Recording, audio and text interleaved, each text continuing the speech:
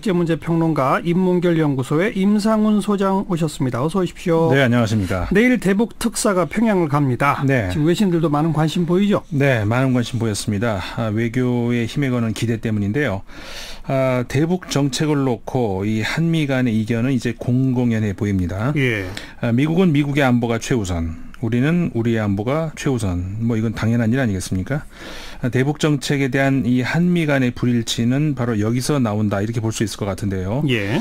미국의 군사 전문가입니다. 로버트 맥코이가 지난 3일 홍콩의 아시아타임즈에 기고한 글도 그런 맥락을 담고 있어서 소개를 해드리려고 합니다. 어떤 내용입니까? 동맹 관계에 있는 한국과 미국은 북한을 동일한 시각에서 보고 있지 않다.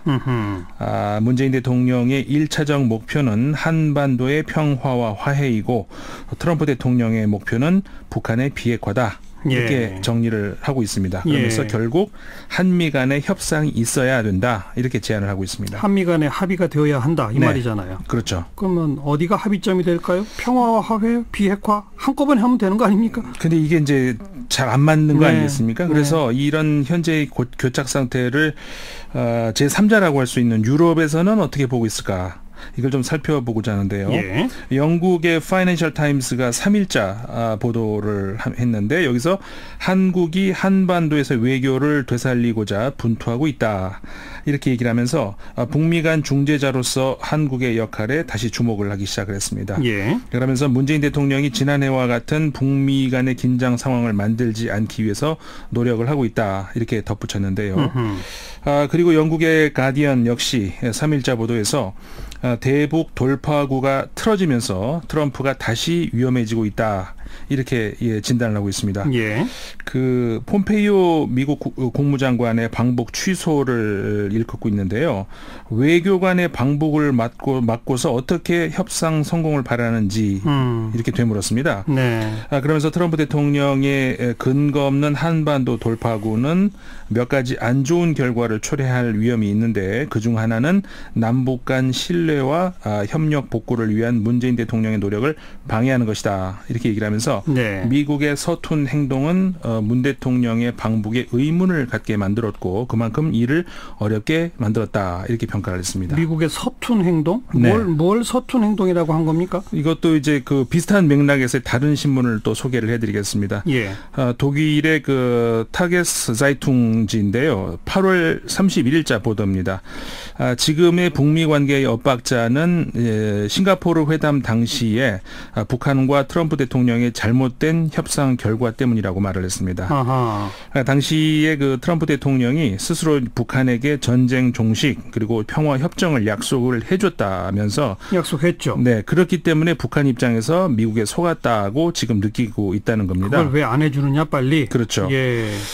근데 이제 이 신문에 따르면 어쨌든 그럼에도 불구하고 한국 정부는 이 현재의 위기에 흔들리지 않는 대응을 하고 있다, 이렇게 평가를 하면서 현재 문재인 대통령이 가지고 있는 대북 정책은 미국과 다르다, 그리고 패러다임의 전환을 추구하고 있다, 이렇게 전문가들의 말을 인용을 해서 전했습니다. 그러니까 여기서 말하는 패러다임의 전환이라는 것은 비핵화가 우선시 되는 것이 아니라 평화적 접근을 먼저 해서 북한 정권이 상호 접근과 비핵화의 길을 계속 따를 수 있도록 그러니까 경제 협력을 통해서 북한의 번영의 비전을 가시적으로 보여주고 있는 것이다, 이렇게 이 신문이 분석을 했습니다. 홍콩 그리고 유럽 언론들을 쭉 정리해 주셨는데 어쨌든 북미 간에 꼬이고 있는데 문 대통령의 중재자 역할 기대된다, 결국 그런 맥락이네요. 그렇죠. 정말 우리도 기대하고 있고요. 또 다른 소식 뭘 볼까요? 이번 주 가장 핫하다고 할 수 있는 문화계 이슈를 가지고 왔습니다. 방탄소년단 아니에요? 잘 보셨습니다. 우리나라의 대표적인 아이돌인데 방탄소년단. 지지난주 안 오셨을 때 제가 방탄소년단이라고 했더니 BTS라고 요즘 부른다고요. 그래서 어쨌든 이 방탄소년단이 또 다시 한번 그 빌보드 200에서 2위를 차지했다, 이런 소식인데요. 미국의 뉴욕타임스가 한국 그룹 가운데 한 번이라도 빌보드 1위를 한 경우는 방탄소년단 이외에는 없다, 이렇게 보도를 하기도 했고요. 그리고 경제 전문지죠. 포브스 같은 경우에는 한 그룹이 12개월 이내에 빌보드 200의 1위를 2번 한 것은 지난 2013년, 14년에 영국 그룹 원 디렉션 이후에 처음이다. 처음이죠. 네, 이렇게 의미를 보도하기도 했습니다. 지난 6월에 이 1등 했었잖아요. 그렇죠. 3개월 만에 또 1등. 대단하네요. 그렇죠. 현재 그 뭐 방탄소년단 뭐 그야말로 세계적인 인기를 누리고 있는데요. 그 인기를 입증하듯이 지금 미국, 영국, 프랑스, 독일, 일본 등 전 세계 16개 그 도시 순회 공연에 나섰다고 합니다. 네. 다음 달에는 한국 가수 최초로 미국의 초대형 공연장이죠. 그 미국 뉴욕의 시티필드 그리고 그다음에 영국의 O2 아레나에서 그 콘서트를 갖는다고 하는데요. 이 뉴욕 시티필드라는 곳이 그 뉴욕 매츠의 홈구장으로 이제 그동안에 뭐 폴 맥카트니라든가 비욘세 그러니까 정말 세계 최정상급 아티스트들이 공연을 했던 곳이거든요. 예. 그 이 두 공연장을 비롯해서 미국과 유럽 투어 티켓 32만 장이 모두 바로 그냥 열자마자 매진이 됐다고 합니다. 네. 그야말로 세계에서 이제 가장 인기 있는 그렇죠. 그룹이라고 할 수가 있는 거죠. 이제 BTS는 한류라고 부르지 말고 네. 그냥 지구적인 스타, 그러네요. 세계적 스타 이렇게 불러도 될 것 같아요. 네. 또 한국 동요가 해외에서 인기 끌고 있다는 보도가 있었는데 이게 어떤 동요죠? 교수님 혹시 상어 가족이라고 들어보셨어요? 들어오는 봤어요. 네, 이겁니다. 그래서 쉬운 멜로디, 그다음에 이게 중독성 있는 라임, 리듬. 이미 뭐 이런 걸로 해가지고 국내에서 큰 인기 아니겠습니까? 근데 이 노래가 영국에서 아기 상어, 그러니까 영어로 베이비 샤크라는 이름으로 아주 폭발적인 인기를 끌고 있다고 합니다. 네. 영국의 BBC 보도인데요. 이 BBC에 따르면은 이 노래를 제작한 한국 회사의 유튜브 그 채널이 16억 뷰 이상 시청됐다고 합니다. 네. 급기야 이 아기 상어가 영국의 팝 음악 공식 차트라고 할 수 있는 탑 40 여기에 37위에 올랐다 이렇게 보도가 나왔습니다. 동요가 팝 음악 차트에 올라갈 수 있나요? 그러니까 이게 굉장히 드문 일이라고 합니다. 그러네요. 네, 그래서 많은 그 기존에 중독성 있는 그런 히트곡들처럼 이 아기상어도 댄스 열풍을 전 세계적으로 불러일으키고 있다고 하는데요. 네. 그 BBC에 따르면은 인터넷에서 유명한 곡들이 온라인 시장을 뛰어넘어서서 영국 차트를 바로 석권하는 것은 굉장히 드문 일이다 이렇게 얘기를 하면서. 이 베이비 샤크 춤에 여기는 뭔가 특별한 것이 있다 이렇게 말을 하고 있는데요. 아하. 그러니까는 뭐냐면은 이게 전 세계적으로 모두 그러니까 한마디로 글로벌 히트를 하려면은 어떤 나라에서도 이 멜로디하고 리듬을 공감할 수 있어야 된다는 겁니다. 네. 근데 이 곡이 그렇다는 건데 그러면서 한 유명 팝송 작곡가의 말을 인용을 하고 있습니다. 이렇게 얘기를 합니다. 팝 음악에는 끌어당기는 뭔가가 있어야 하는데 이 곡에 나오는 뚜루루뚜루 이게 세계 공용어로 그러니까 어떤 나라에서도 어른이건 아이건 모두 공감할 수 있는 그런 추임새라고 평을 했다고 합니다. 임상훈 소장이 그 뚜루루뚜루를 제대로 못해서 네, 제가 못 살렸어요. 잘 모르는 청취자분들을 위해서 짧게 좀 듣고 가도록 하겠습니다. 아, 네.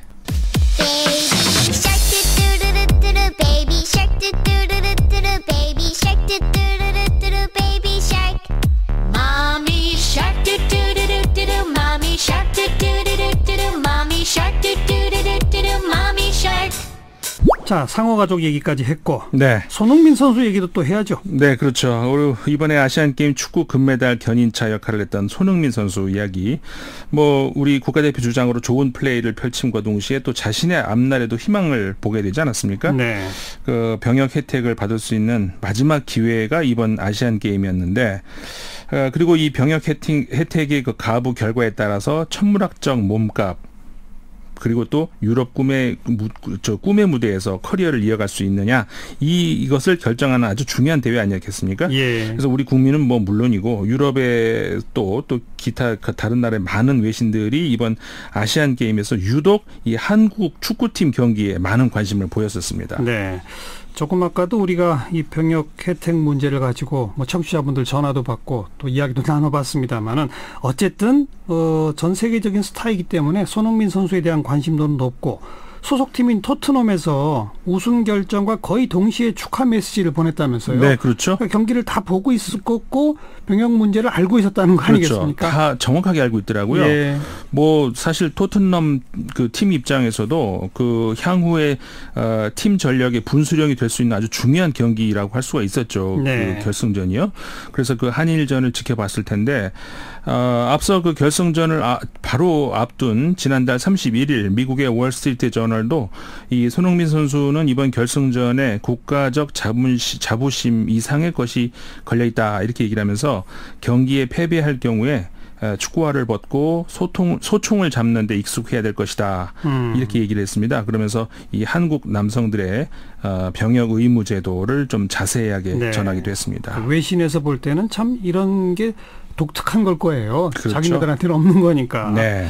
그다음 아시안게임 축구하면 또 한 명이 바로 박항서 감독인데 네, 그렇죠. 그 한국과 4강전에서 패한 이후에 뭐 몇 가지 논란이 있었잖아요. 네네. 인터뷰에서 입장을 밝혔다면서요? 네, 그렇습니다. 이게 그 베트남의 인터넷 언론이라고 합니다. 그 VN 익스프레스라고 하는 매체 인터뷰였는데요. 이 박항서 감독은 이 인터뷰를 통해서 그 베트남 선수들이 잘 싸웠지만 4강전 그다음에 3, 4위전에서 너무 심적 부담을 가진 그것 때문에 이제 패인이 거기 있는 것 같다 이렇게 소회를 밝혔습니다. 예.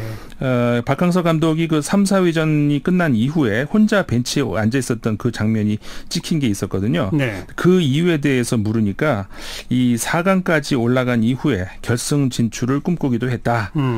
베트남 국경일인 2일에 꼭 메달을 걸고 귀국을 하고 싶었는데 그렇게 안 돼서 허탈했다 이렇게 네. 답을 했습니다. 네. 그래서 이제 그런 부담감을 선수들에게도 좀 준 것 같다. 그래서 그런 영향이 준 것이 아닌가 이런 생각이 든다 이렇게 답을 했습니다. 박 감독 스스로가 너무 부담을 심적으로 많이 가졌다. 네네. 그걸 이제 고백한 거고요. 그렇죠. 그 박 감독이 손흥민 선수 머리 싸는 장면, 네. 그것도 사진에 찍혀서 논란이잖아요. 그렇죠. 베트남 팬들 입장에서는 오해할 수도 있잖아요. 거기에 대해서는 뭐라고 그랬어요? 네, 그것도 이제 기자가 질문을 했습니다. 그 질문을 하니까는 박항서 감독이 이거는 경기가 중단된 상태에서 그러니까 한국말로 작전 지시를 하고 있는데 손흥민 선수가 옆으로 가서 이제 듣고 있다가 인사를 하길래 그래서 이제 가볍게 머리를 만지면서 이 자리를 정리한 것이었다 이렇게 해명을 했습니다. 아하. 그리고 이제 그 짧은 시간에 베트남과 한국에서 영웅이 됐다 이렇게 이제 그 기자가 말을 하니까 예. 박항서 감독이 현재 그 선수들과 행복하고 즐겁다, 좋은 결과 만들어서 자랑스럽다, 부담도 있지만 더 잘하라는 주문으로 생각하고 사랑받은 만큼 돌려드려야 한다고 생각한다 이렇게 답을 했습니다. 네. 자, 다음 소식도 있습니까? 네, 이번에는 좀 특별하게 코너 속의 코너를 준비를 했습니다. 예. 한국에 좀 앞으로 잘 알려지지 않은 흥미로운 해외 뉴스를 전해드리려고 하는데요. 예, 뭡니까? 자, 이번에는 지난 1일이었죠. 바로 관동 대지진 95주년이 되는 날이었습니다. 아, 그게 9월 1일입니까? 네, 그렇습니다. 네. 예년처럼 일본의 언론들이 그와 관련해서 이제 보도들을 내놨는데 대부분의 일본 언론들은 지진 피해, 그다음에 그 희생자들에 대한 추모 행사 이런 거 중심으로 보도를 했습니다. 근데 그 관동 대지진 났을 때 조선인들에 대해서 아주 비인륜적인 만행을 저질렀잖아요. 그렇죠. 그건 보도 안 해요? 그게 굉장히 좀 작습니다. 비중이. 그래서 이런 일본의 태도, 어떤 의미에서 이게 역사 왜곡이라고도 볼 수가 있는데, 네.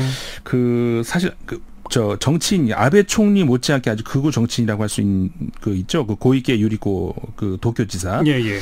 이분이 그 도쿄 도지사를 맡은 이후에 관동 대지진 당시 피해를 당했던 조선인에 대한 공식 추모 연설이 없어졌습니다. 그러니까 다시 말해서 이제 도쿄도에서 공식적인 조선인 피해자에 대한 추모 의식이 없어졌다는 얘기가 되는 거죠. 그 전까지는 있었는데 네. 아예 없어졌다. 예.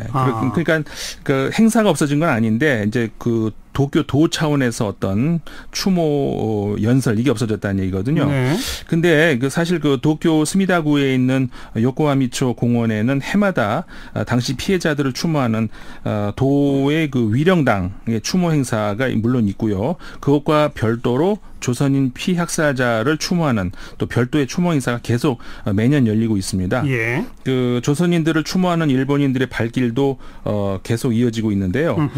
그 일본 언론 중에서 약간 진보 성향이라고 할 수 있죠. 아사히 신문이 1일자 기사에서 그 전통적으로 도쿄 도지사는 양쪽의 식전에 추도물을 다 보냈는데 이 고이케 지사는 개별 형태의 추도문은 보내지 않는다 이렇게 얘기를 하면서 보내지 않았다 이렇게 보도를 했습니다. 무슨 말이에요? 개별 형태의 추도문이라는 게? 그러니까는 한꺼번에 한쪽만 보내면 되지 않느냐?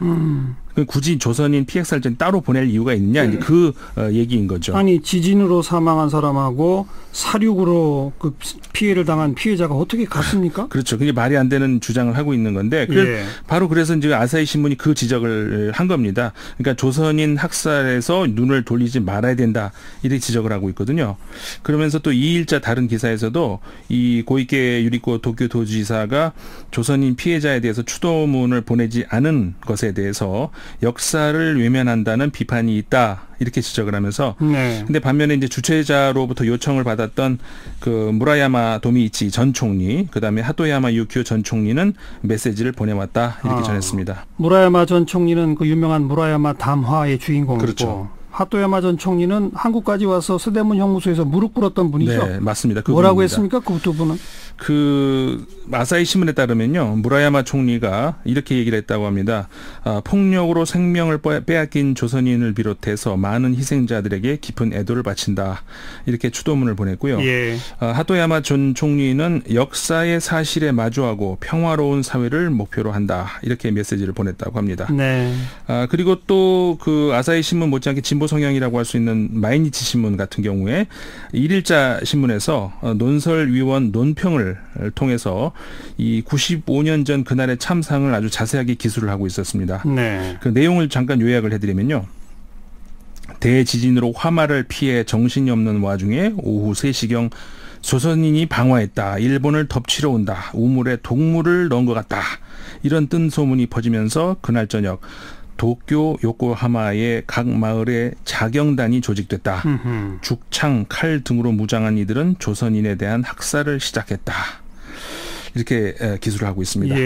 일부 언론이 외면하고 있는 당시의 만행에 대해서 이 마이니치 신문은 역사를 응시해야 된다. 이렇게 얘기하면서 이렇게 요약을 하고 있습니다. 관동 대지진 학살은 타 민족을 지배하려는 지배층의 공포가 증오가 폭력으로 비화된 사건이었다. 그렇죠. 이렇게 규정을 하면서 일본은 누가 왜 그랬는지 애매한 상태로 놔둔 채 관민 일체로 벌어진 일을 관이 모른 척하면서 빠져나가고 있다. 이렇게 꼬집었습니다. 아사히 신문하고 마이니치를 상대적 진보 성향이라고 표현하셨잖아요. 그냥 정상 신문이에요. 그렇네요. 수고하셨습니다. 네, 감사합니다. 국제문제평론가 인문결연구소의 임상훈 소장이었습니다.